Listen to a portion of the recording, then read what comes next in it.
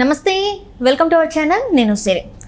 జగన్మోహన్ రెడ్డి గారు అయితే విదేశీ పర్యటనలో ఉన్నారు. తను ప్లాన్ బి అమలు చేస్తున్నట్టు వార్తలు వస్తున్నాయి. ఇంతకీ ఆ ప్లాన్ బి ఏంటి, ఎప్పుడు అమలు చేయబోతున్నారు? సో ఈ అంశాలన్నీ మనకి వివరించడానికి మనతో పాటు ఉన్నారు ప్రముఖ senior journalist, political analyst CS Rao గారు. నమస్కారం. నమస్తే సార్, ఇప్పుడు చూస్తుంటే జగన్మోహన్ రెడ్డి గారు అయితే లండన్ పర్యటనలో ఉన్నారు.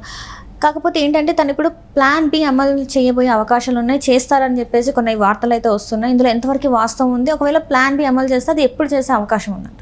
సో ఒకటి ఏంటంటే, జగన్మోహన్ రెడ్డి పొలిటీషియన్, పక్కా పొలిటీషియన్, మామూలు పొలిటీషియన్ కాదు.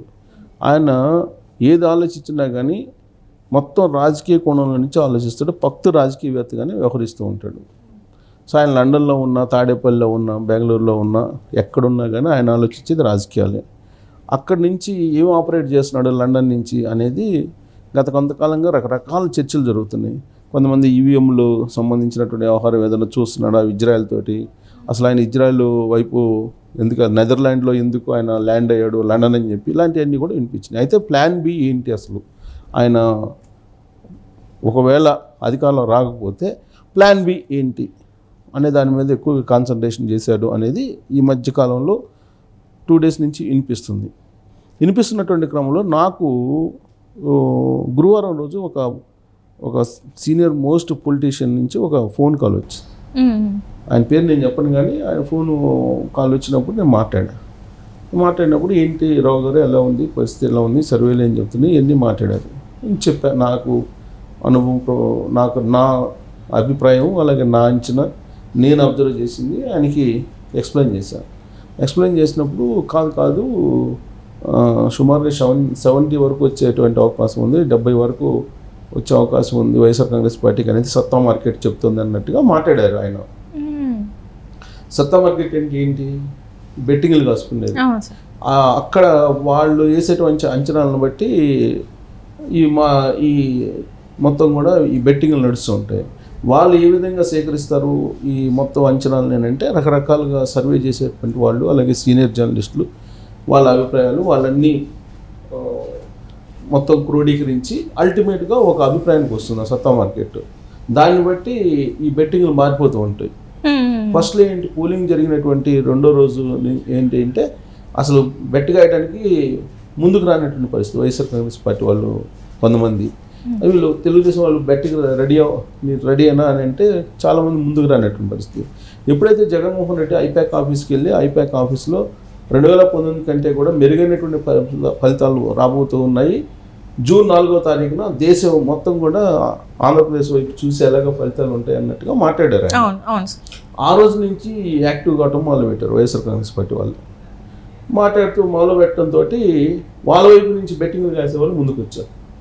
ఎందుకు, జగన్మోహన్ రెడ్డి ఆ మాట చెప్పారు కాబట్టి వాళ్ళు బెట్టింగ్లు కాయడానికి సిద్ధపడ్డారు. దాంతో బెట్టింగ్లు కాసేటువంటి వాళ్ళ సంఖ్య పెరిగింది గత 2 వారాల నుంచి కూడా. సో పెరుగుతున్నటువంటి క్రమంలో రూపాయికి 2 రూపాయలు అట్లా నడిచినాయి. అంటే తెలుగుదేశం పార్టీ వాళ్ళు 2 రూపాయలు ఇచ్చేటట్టు వైసీపీ గెలిస్తే, అదే వాళ్ళకి 1 రూపాయి ఇచ్చేటట్టు ఇట్లా. అంటే వాళ్ళ నమ్మకం అలా ఉంది. కూటమి వస్తుందని చెప్పి సర్వే సంస్థలన్నీ చెప్తున్నాయి. కూటమి వస్తుందని చెప్పేసి జాతీయ, రాష్ట్ర, లోకల్ అన్ని సర్వేలు ఒకటేలాగా చెప్తున్నాయి. ఇంచుమించుగా కొంచెం అటు ఇటు సీట్ల తేడా చెప్తున్నాయి తప్పితే అధికారంలోకి రావడం ఖాయం అని చెప్పి చెబుతుంది. అధికారం మీదకి రావడం ఖాయం అనే దాని మీద ఒక రకమైనటువంటి సర్వే, ఒక రకమైనటువంటి బెట్టింగ్. అలా కాకుండా మెజారిటీల మీద ఇంకొక రకమైన బెట్టింగ్. అలా కాకుండా చంద్రబాబు నాయుడు సాధించే మెజారిటీ ఎంత, పవన్ కళ్యాణ్ సాధించేది ఎంత, ఇలా జగన్మోహన్ రెడ్డి సాధించేది ఎంత, ఆయన అలాగే షర్మిల ఆడ ఓడిపోతారా గెలుస్తారా, ఇలాంటివన్నీ కూడా బెట్టింగ్లకి బాగా పనికొచ్చేటువంటి కాన్స్టిట్యున్సీలుగా లీడర్లుగా మారిపోయారు ఇవన్నీ కూడా.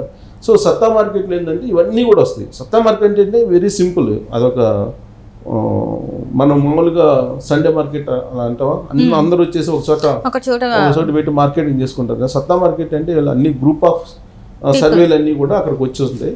అక్కడికి వచ్చినప్పుడు ఆ సర్వేలకు సంబంధించిన ఇన్ఫర్మేషన్ అనుకుంటారు. ఏ సర్వేలు నమ్మేవాళ్ళు వాళ్ళు నమ్ముతారో, నమ్మిన దాన్ని బట్టి బెట్టింగ్ కాసుకుంటారు. సత్తా మార్కెట్ యావరేజ్ ఏం చూపిస్తుందంటే 70 వరకు వైఎస్ఆర్ కాంగ్రెస్ పార్టీ రావచ్చు అనేది యావరేజ్గా చూపిస్తుంది వైఎస్ఆర్ కాంగ్రెస్ పార్టీకి అన్నట్టుగా నాకు ఒక లీడర్ ఫోన్ చేసినటువంటి మాట, నాకు ఫోన్ చేసిన సందర్భంగా వ్యక్తం చేసినటువంటి మాట. సో ఒకవేళ 70 వస్తే అన్నీ కూడా వచ్చేటువంటి అవకాశం లేదు. సరాసరి నన్ను రావచ్చు అని చెప్పి అంచనా, అంటే సరాసరి అంటే కొన్ని సర్వే సంస్థలు అలా చెప్తున్నాయి అని చెప్పి ఆయన వ్యక్తం చేసినటువంటి మాట. అప్పుడు 70 వచ్చే అవకాశం ఉందా వైఎస్ఆర్ కాంగ్రెస్ పార్టీకి అనే దాని మీద నేను ఒక 2-3 మాట్లాడినప్పుడు వైఎస్ఆర్ కాంగ్రెస్ పార్టీ వాళ్ళతో కూడా నేను కొంతమందితో మాట్లాడాను. నాకు వైఎస్ఆర్ కాంగ్రెస్ పార్టీలో కూడా ఫ్రెండ్స్ ఉన్నారు. సో వాళ్ళతో కూడా మాట్లాడాను. ఏంటి 70 వస్తాయంటే లేదన్నా 60 నుంచి 70 మధ్యలో వస్తాయి అనుకుంటున్నాము అని చెప్పి. అన్న తర్వాత 2-3 ఫోన్ చేసినప్పుడు ఒక కడప జిల్లాకు సంబంధించినటువంటి ఒక లీడరు, మైదుగురుకు సంబంధించినటువంటి ఒక లీడరు నాతో చెప్పినటువంటి మాట ఏంటంటే 70 వస్తాయని చెప్పి అంచనా వేస్తున్నారు. దాంతో ప్లాన్ బి జగన్మోహన్ రెడ్డి బయటికి తీశాడు అని అన్నాడు. ఏంటి సార్ ప్లాన్ బి ఏంటి అని అడిగా. కొంచెం పెద్ద లీడర్ అని. ప్లాన్ బి ఏంటి సార్ అని అడిగా. ఏం లేదు, జగన్మోహన్ రెడ్డి ఆల్రెడీ లండన్ నుంచి ఆయన రకరకాల ప్రయోగాలు చేస్తూ ఉన్నారు. ఇప్పుడు జనసేన నుంచి ఒకవేళ అమ్ముడుపోయే వాళ్ళు ఎవరైనా ఉన్నారా, గెలిచిన వాళ్ళు, తెలుగుదేశం పార్టీ వాళ్ళు ఎవరన్నా ఉన్నారా, అలాంటి వాళ్ళని ఐడెంటిఫై చేయండి. ఒక 30-30 మెంబర్స్ దాకా, అట్లీస్ట్ ఆ 30లో 15 నుంచి 20 వర్కౌట్ అయితే కనుక ప్రభుత్వాన్ని ఏర్పాటు చేయొచ్చు. ప్రభుత్వాన్ని ఏర్పాటు చేసిన తర్వాత ఎలాగో ఆటోమేటిక్గా మిగతా వాళ్ళు కూడా మనం రాబట్టుకోవచ్చు అనేటువంటి ప్లాన్ బి తయారు చేశారు. ప్లాన్ బి ఏంటి? ప్రభుత్వాన్ని ఏర్పాటు చేయటం. ప్రభుత్వాన్ని ఏదో ఒక రకంగా 70 వస్తే కనుక 70+ ఎంతైనా రావచ్చు, 70+ వస్తే కనుక ప్రభుత్వాన్ని ఏర్పాటు చేయడానికి గ్రౌండ్ ప్రిపేర్ చేయండి అన్నట్టుగా ఒక ఢిల్లీలో ఉండేటువంటి ఒక లైజనింగ్ ఆఫీసర్గా ఉన్నట్టు వాళ్ళ రాజ్యసభ మెంబరు, వాళ్ళ రాజ్యసభ మెంబర్కి సంకేతాలు ఇవ్వడంతో పాటు అలాగే రాష్ట్రంలో ఉండేటువంటి 4 పిల్లర్స్ ఉన్నారు కదా జగన్మోహన్ రెడ్డికి. 4 పిల్లర్స్ ఎవరెవరు? సజ్జల రామకృష్ణారెడ్డి, ఇంకా వైవి సుబ్బారెడ్డి, పెద్దిరెడ్డి రామచంద్రారెడ్డి, జవహర్ రెడ్డి అంటే ఆయన సిఎస్ అనుకో.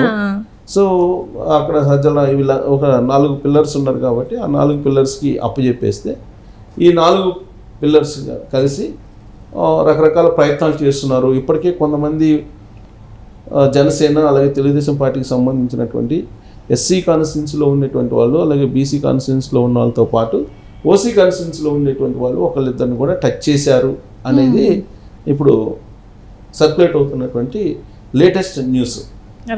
సో ప్లాన్ బిలో భాగంగా ప్రభుత్వాన్ని ఈ విధంగానే ఏర్పాటు చేయాలి 70+ ఒకవేళ రిజల్ట్ వస్తే అనేది.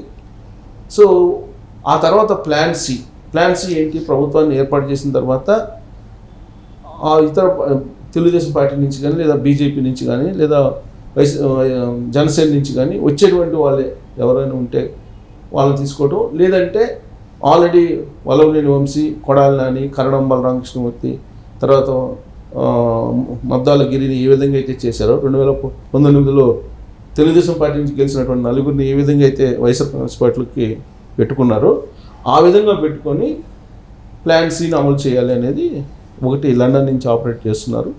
సో లండన్లో ఆయన కామ్గా కూర్చోలేదు Jaganmohan Reddy. Plan B, plan సిని కూడా తయారు చేస్తున్నారు. ప్లాన్ బిలో వచ్చేటువంటి వాళ్ళకి మినిస్ట్రీస్ కూడా ఆఫర్ చేస్తున్నారు. కొంతమందికి కీలకమైనటువంటి మినిస్టర్స్ కూడా ఇస్తామని చెప్పి చెప్తున్నారు. సో ఇదంతా ఎప్పుడు 70+ వచ్చినప్పుడు. సో సత్తా మార్కెట్ ఏం చెప్తుంది? 70 అని చెప్తుంది అనేది అంచనా వేస్తున్నారు.